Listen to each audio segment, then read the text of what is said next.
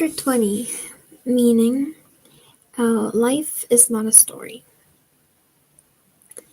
Who am I? What should I do in life? What is the meaning of life? Humans have been asking these questions from time immemorial.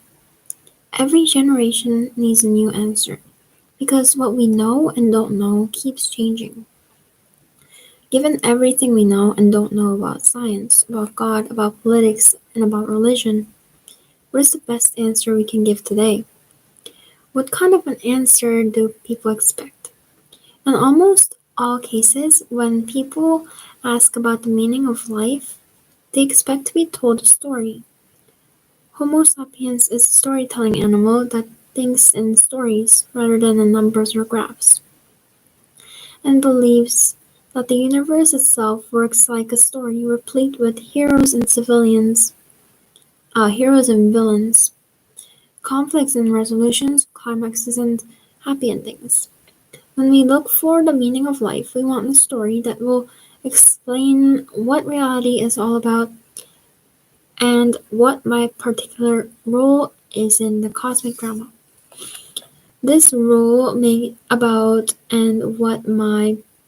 this role makes me a part of something bigger than myself and gives meaning to all my experiences and choices. One popular story told for thousands of years to billions of ancient humans explains that we are all part of an eternal cycle that encompasses and connects all beings. Each being has a distinctive function to fulfill in the cycle. To understand the meaning of life means to understand your unique function, and to live a good life means to accomplish that function. The Hindu epic, the Bhagavad Gita, relates how, in the midst of a murderous civil war, the great warrior prince Arjuna is consumed with doubt. Seeing his friends and relatives in the opposing army, he hesitates over whether to fight and kill them. He begins to wonder what good and evil are, who decided it, and what the purposes of human life is. The god Krishna then explains to him that within the great cosmic cycle, each being possesses a unique dharma, the path you must follow and duties you must fulfill. If you realize your dharma, no matter how hard the path may be, you enjoy peace of mind and liberation from doubt. If you refuse to follow your dharma and try to adopt somebody else's path or wander about with no path at all, you will disturb the cosmic balance and will never be able to find peace, either peace or joy. It makes no difference what your particular path is, as long as you follow it. A washerwoman who devotedly follows the way of the washerwoman is far superior to a prince who strays off the way of the prince. Having understood the meaning of life, Arjuna duly proceeds to follow his dharma as a warrior. He kills his friends and relatives, and leads his army to victory, and becomes one of the most esteemed and beloved heroes of the Hindu world. The 1994 Disney epic, The Lion King, repackaged this ancient story for modern audiences, with the young lion, Simba, standing in for Arjuna. When Simba wants to know the meaning of existence, his father, the Lion King Mufasa, tells him about the great cycle of life. Mufasa explains that antelopes eat the grass, the lions eat the antelopes, and when the lions die, their bodies decompose and feed the grass. This is how life continues from generation to generation, provided each animal plays its part in the drama. Everything is connected and everyone depends on everyone else. So if even a blade of grass fails to fulfill its vocation, the entire circle of life might unravel. Simba's vocation, says Mufasa, is to rule the Lion Kingdom after Mufasa's death and keep the other animals in order. However, when Mufasa is prematurely murdered by his evil brother Scar, young Simba blames himself for the catastrophe. Racked with guilt, he leaves the Lion Kingdom, shuns his royal destiny, and wanders off into the wilderness. There he meets two other outcasts, a meerkat and a warthog, and together they spend a few carefree years off the beaten path. Their antisocial philosophy means that they answer every problem by chanting Hakuna Matata, no worries. But Simba cannot escape his dharma. As he matures, he becomes increasingly troubled, not knowing who he is and what he should do in life. At the climactic moment of the movie, the spirit of Mufasa reveals himself to Simba in a vision. It reminds Simba of of the circle of life and of his royal identity. Simba also learns that in his absence, the evil Scar has assumed the throne and mismanaged the kingdom, which now suffers greatly from disharmony and famine. Simba Simba finally understands who he is and what he must do. He returns to the Lion Kingdom, kills his uncle, becomes king, and reestablishes harmony and prosperity. The movie ends with a proud Simba presenting his newly born heir to the assembled animals, ensuring the continuation of the great circle of life. The circle of life presents the cosmic drama as a circular story. For all Simba and Arjuna knows, lions have been eating antelopes and warriors have been fighting battles for countless eons and will continue to do so forever and ever. The eternal repetition gives power to the story, implying that this is the natural course of things, and that if Arjuna shuns combat, or if Simba refuses to become king, they will be rebelling against the very laws of nature. If I believe in some version of the cycle of life story, it means that I have a fixed and true identity that determines my duties in life.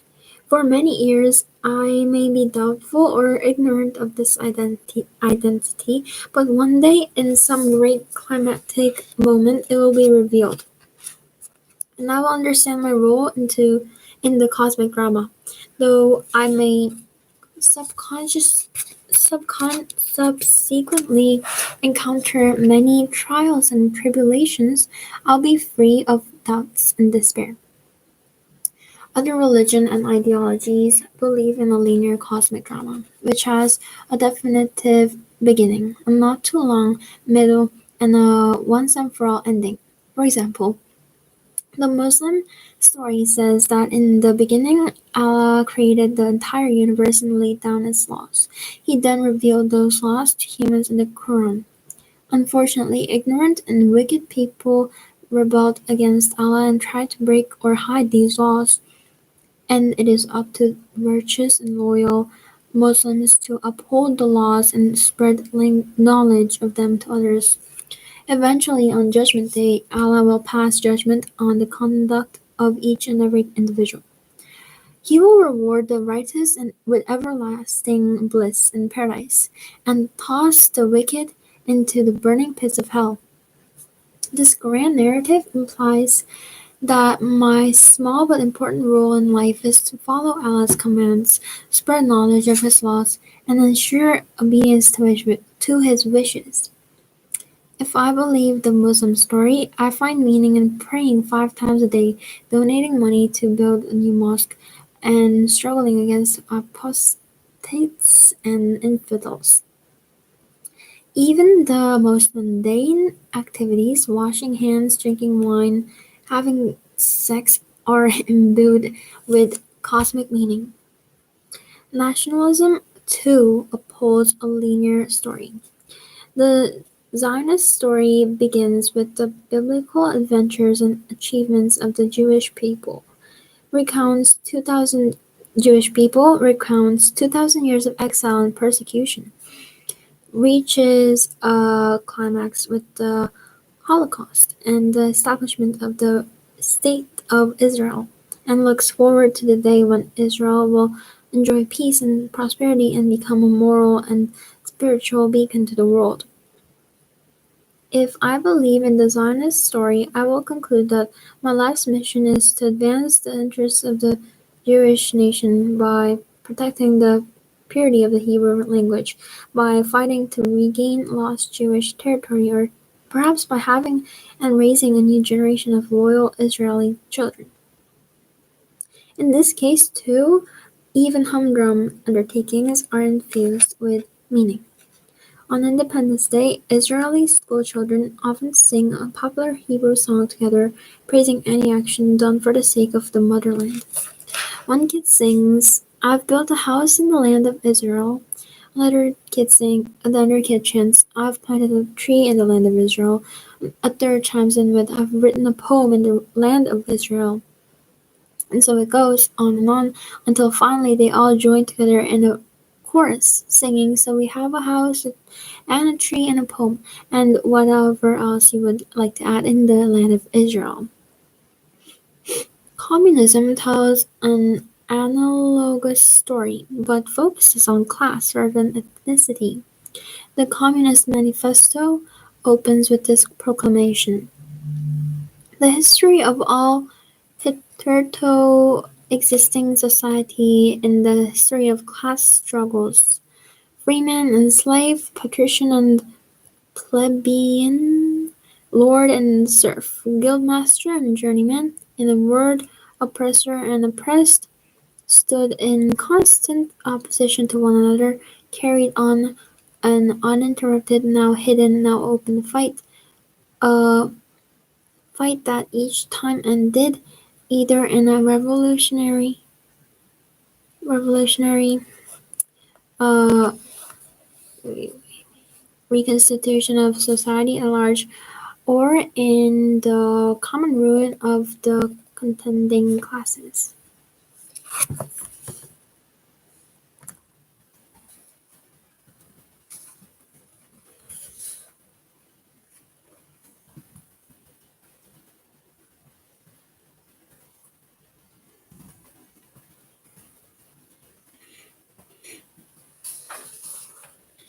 The manifesto goes on to explain that in modern times, society as a whole is more and more splitting up into two great hostile camps, into two great classes directly facing each other: Bur- bur- bourgeoisie, and proletariat.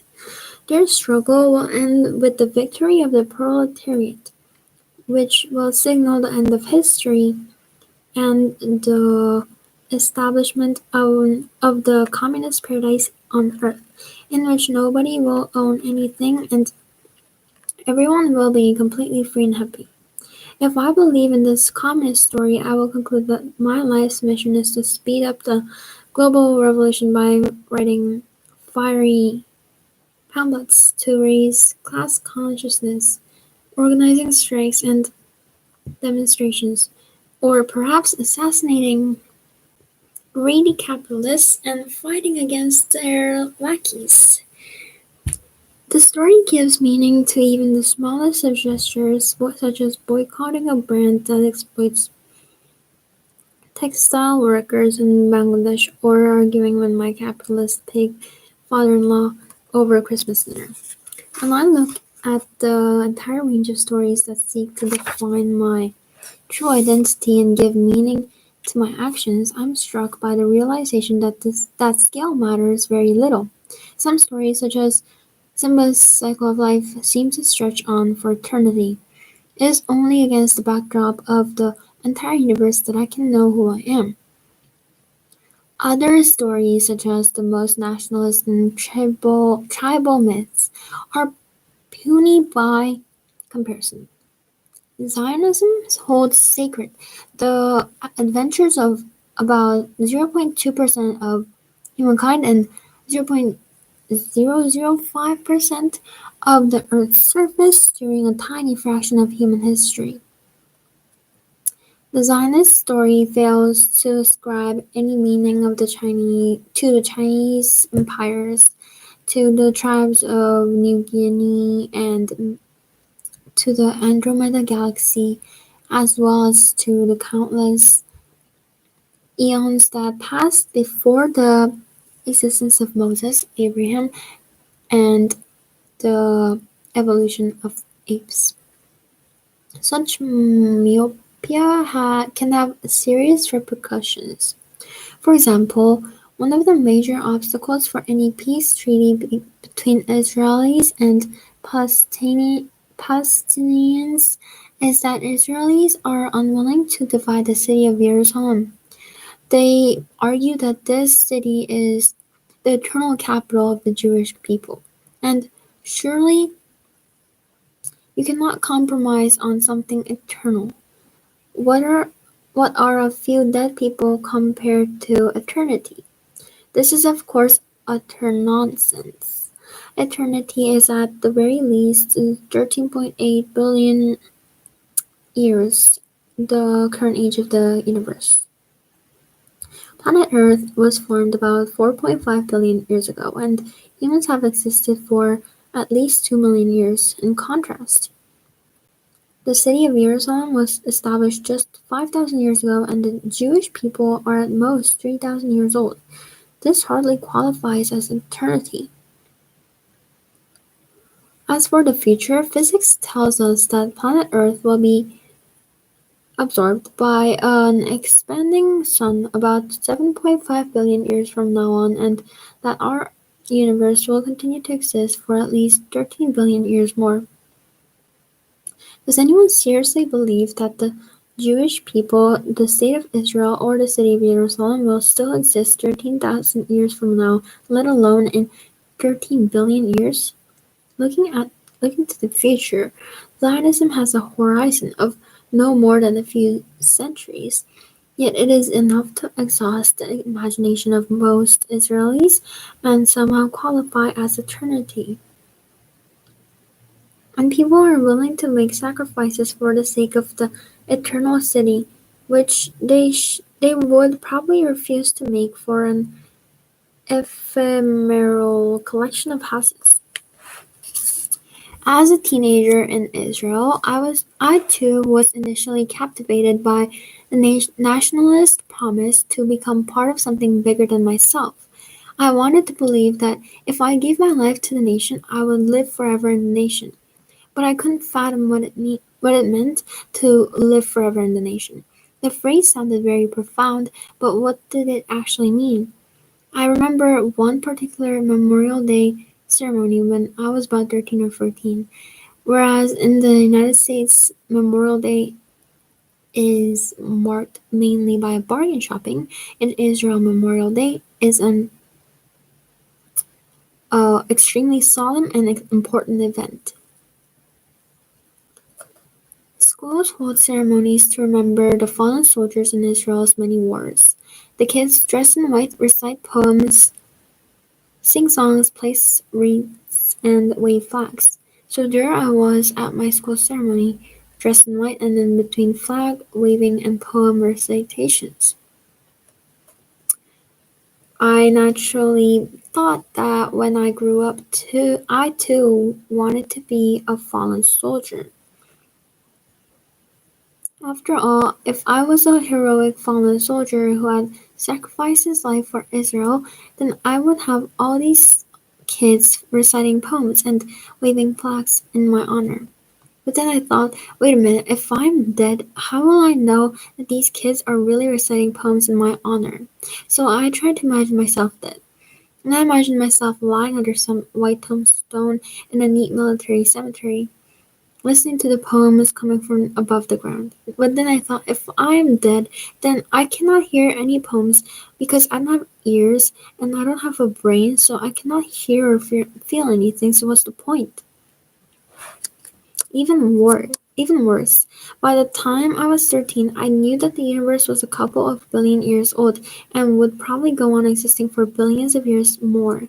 Could I realistically expect Israel to exist for such a long time? Would Homo sapiens kids dressed in white still recite poems in my honor after 200 million years? There was something fishy about the whole business. If you happen to be Palestinian, don't feel smug. It is just as unlikely that there will be any Palestinians around 200 million years from now. In all probability, by then, there won't be any mammals whatsoever. Other national movements are just as narrow-minded. Serbian nationalism cares little about events in the Jurassic era, whereas Korean nationalists believe that a small peninsula on the east coast of Asia is the only part of the cosmos that really matters in the grand scheme of things. Of course, even Simba, for all his devotion to the everlasting circle of life, never contemplates the fact that lions, antelopes, and grass aren't really eternal. Simba does not consider what the universe was like before the evolution of mammals, nor what the fate of his beloved African savanna will be once humans kill all the lions and cover the grasslands with asphalt and concrete. Would this render Simba's life utterly meaningless? All stories are incomplete, yet in order to construct a viable identity for myself and give meaning to my life, I don't really need a complete story devoid of blind spots and internal contradictions. To give meaning to my life, a story needs to satisfy just two conditions. First, it must give me some role to play. A New Guinean tribesman is unlikely to believe in Zionism or in Serbian nationalism, because these stories don't care at all about New Guinea and its people. Like movie stars, humans like only those scripts that reserve an important role for them. Second, whereas a good story need not extend to infinity, it must extend beyond my horizons. The story must provide me with an identity and give meaning to my life by embedding me within something bigger than myself. But there's always a danger that I might start wondering what gives meaning to that something bigger. If the meaning of my life is to help the proletariat or the Polish nation, what exactly gives meaning to the proletariat or to the Polish nation? There's a story of a man who claimed that the world was kept in place by resting on the black back of a huge elephant. When asked what the elephant stood on, he replied that it stood on the back of a large turtle, and the turtle on the back of an even bigger turtle, and that bigger turtle, the man said, "Don't worry about it. From there it's turtles all the way down." Most successful stories remain open-ended. They never need to explain where meaning ultimately comes from because they're so good at capturing people's attention and keeping it inside a safe zone. For instance, when explaining that the world rests on the back of a huge elephant, you should preempt any difficult question by describing in great detail the way that the flapping of the elephant's gigantic ears causes hurricanes, and how when the elephant quivers with anger, earthquakes shake the surface of the earth. If you weave a good enough yarn, it won't occur to anyone to ask what the elephant is standing on. Similarly, nationalism enchants us with tales of heroism, moves us to tears by recounting past disasters, and ignites our fury by dwelling on the injustices our nation suffered.